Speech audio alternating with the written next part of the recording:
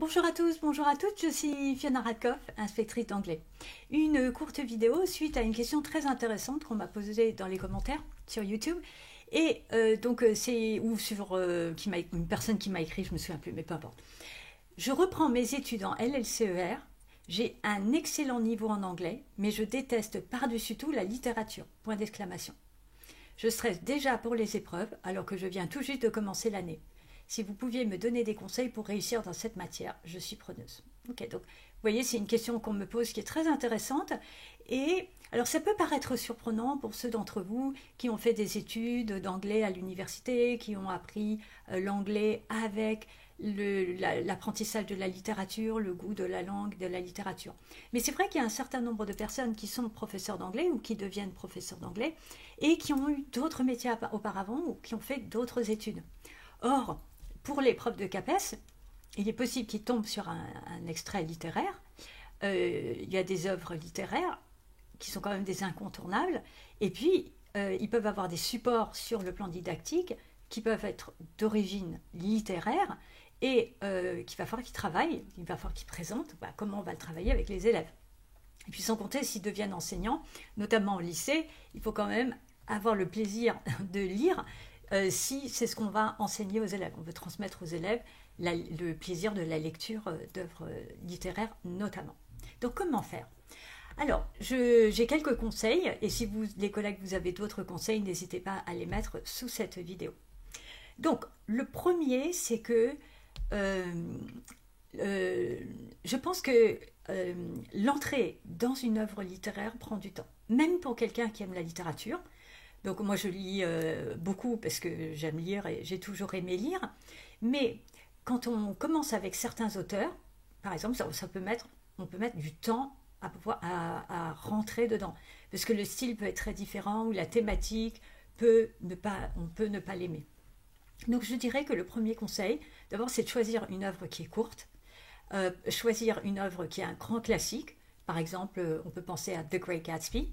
Et vous éteignez votre téléphone portable, vous éteignez l'ordinateur et tout, vous prenez le livre et vous vous donnez 2 heures. Et vous essayez de rentrer dans l'histoire. Si vous voyez au bout de 2 heures que ça ne vous plaît pas, dans ce cas-là, c'est peut-être parce que c'est le style de roman que vous n'aimez pas.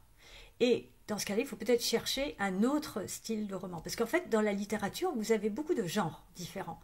Et peut-être que en commençant par un genre pour lequel vous avez plus d'intérêt, eh en fait, ça va vous permettre d'entrer dans la littérature en général. Et dans ce cas-là, je vous conseille de lire un livre qui est très intéressant de Françoise Grelet, G-R-E-2-L-E-T, Françoise Grelet, A Literary Guide. Donc, c'est vraiment les livres de Françoise Grelet sont tous excellents. Et vous achetez le livre, et donc c'est un guide littéraire, et vous le feuilletez, vous regardez, vous lisez, et vous essayez de voir à l'intérieur quels sont les types de romans que vous avez envie de lire. Et dans ce cas-là, vous choisissez d'autres œuvres qui sont plutôt courtes, vous essayez, et vous essayez d'entrer par un genre de littérature qui vous intéresse. Donc ça, c'est prendre le temps, commencer par des romans qui sont plus faciles et courts, choisir des thématiques qui vous intéressent. Après, la littérature, ce n'est pas que des romans, c'est aussi la poésie. Et je vous conseille, pour entrer dans la poésie, ça va être difficile de lire la poésie comme ça. C'est parfois difficile de trouver du sens quand il n'y a pas d'orthographe, pas de ponctuation, je veux dire. Et quand il n'y a pas d'intonation, etc.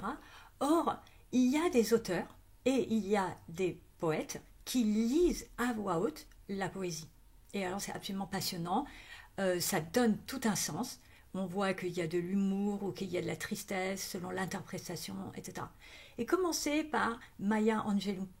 Regardez la poésie, c'est la manière dont elle lit à voix haute ses propres poèmes. Et vous allez voir à quel point c'est enrichissant et à quel point ça fait sens. Et donc, en entrant par la vidéo, ça peut être une entrée supplémentaire pour entrer dans la vidéo. Et pareil, si par exemple vous êtes en train de lire The Great Gatsby, eh bien regardez le film. Ou regardez le film d'abord et lisez l'œuvre après. Ou lisez l'œuvre d'abord et regardez le film. Ou faites les deux en même temps. Et il y a de nombreux professeurs qui regardent des œuvres littéraires sous forme de séries télé, sous forme de films, etc. Vous avez tous les Jane Austen, etc. Enfin, je vous conseille quand même de commencer Jane Austen par écrit. Voilà, parce que il y a tellement d'humour dans le style. Si vraiment il y a une entrée, je dirais, alors, c'est personnel également, hein, et puis vous aurez peut-être, n'hésitez pas à mettre des commentaires dans la marge pour les romans qui sont un peu plus faciles, mais Jane Austen est absolument passionnant par l'humour qu'il y a dans la narration. Donc, et puis le dernier conseil que je donne, c'est il y a un site qui existe, qui est très intéressant, qui s'appelle LibriVox, LIBRIVOX, LibriVox, dans lequel vous trouvez la littérature classique qui est lue à voix haute. Donc il y a beaucoup de bénévoles qui lisent des romans classiques, donc vous avez tous les Dickens, vous avez vraiment tous les grandes œuvres de la littérature classique qui sont lues. Et vous pouvez les télécharger automatiquement sur votre ordinateur, sur votre téléphone portable. Donc c'est vraiment pratique. Moi ça m'arrive, par exemple, je suis en train de lire une œuvre classique et je la lis. Par exemple, je vais lire chapitre 1 et chapitre 2, et puis un peu plus tard, par exemple, je vais marcher. Et bien en fait, je vais écouter chapitre 3 ou chapitre 4. Et puis après, je reviens, et quand je le lis, je commence chapitre 5, parce que j'ai déjà entendu deux chapitres. Et en fait, vous pouvez conjuguer la lecture et l'écoute, ou vous pouvez faire juste l'écoute, c'est-à-dire vous allez découvrir par l'écoute les œuvres classiques. Et donc vous pouvez les écouter en marchant, en conduisant dans la voiture, vous mettez ça en audio, vous pouvez faire en faisant la cuisine, en faisant ce que vous voulez, faisant votre sport, etc. Vous pouvez découvrir par l'audio plutôt que juste le fait de s'asseoir et de lire. Voilà.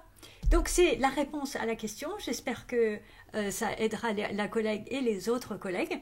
Et je vous souhaite à tous et à toutes une excellente continuation. C'est juste, je voulais dire que j'allais faire des vidéos en lien avec la dernière édition, Learning Vocabulary in Another Language. Voilà. Donc je ferai les vidéos au fur et à mesure. Et comme ça, vous allez découvrir les latest news en matière de didactique sur l'apprentissage du vocabulaire. Excellente continuation à tout le monde et à bientôt. Au revoir.